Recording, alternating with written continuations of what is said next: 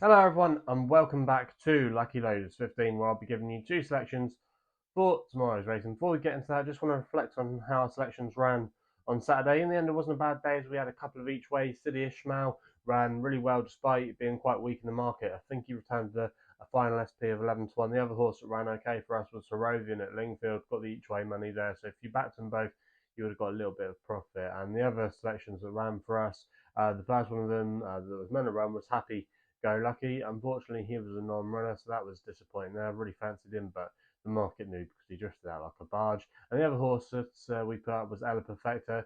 Just never really ran any sort of race at Cheltenham, and in the end finished towards the back of the telly. But yeah, we had some each way returns, and fingers crossed we can do better tomorrow. Where, like I say, I've got two selections for tomorrow's racing. And the first selection I'm going to be giving you tomorrow runs in the 2:30 at Exeter. This is where we're going to be going with my nap, a horse called Representing Bob, currently available at 9 to 2 for Gavin Sheehan and Jamie Snowden, both are great guns at the moment. And I thought this horse made an encouraging reappearance when he ran a good race at Uttoxeter last month, finishing in second place. He was beaten a little bit of a distance, you have to say, behind a horse of Charlie Longton's, who's actually subsequently gone on to boost the form by winning at the weekend. So I thought it was a good run. I don't think this is a particularly strong race, and there's more to come from him. He was quite progressive last season over fences. He did well, and he thrived on good soft ground, which he's going to get tomorrow. He's by Presenting as well, who his progeny just love better ground. So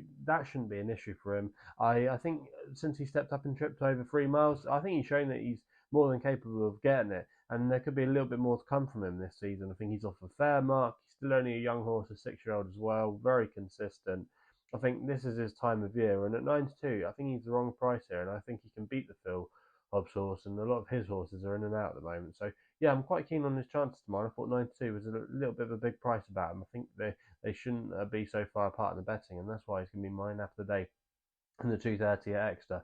We then go to the 8 o'clock at Wolves with my next best for the evening action there on the all weather.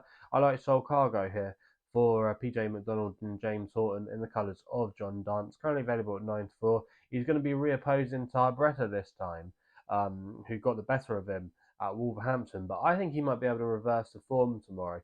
Didn't think it was a bad run at all, and they're going to be much better off at the weight, or our section anyway is going to be much better off at the weight. Adam Farragher was aboard that day, and he was able to claim a few pounds of the horse's back. In fact, our horse is now going to be £6 better off at the weight, so there's definitely a good thing there. Also, as well, I think the small field will help him too, and if he's ridden prominently, he might just be able to get an easy lead. And Tower Brett has now got the blinkers on. He could be a classy horse, but I just have my doubts about him, and yeah, I just think being slightly better off the weights tomorrow, the small field, the tactical fare, it might just suit our horse. And yeah, James Horton as well has done really well this season. Used to be assistant trainer to Michael Stout, I believe.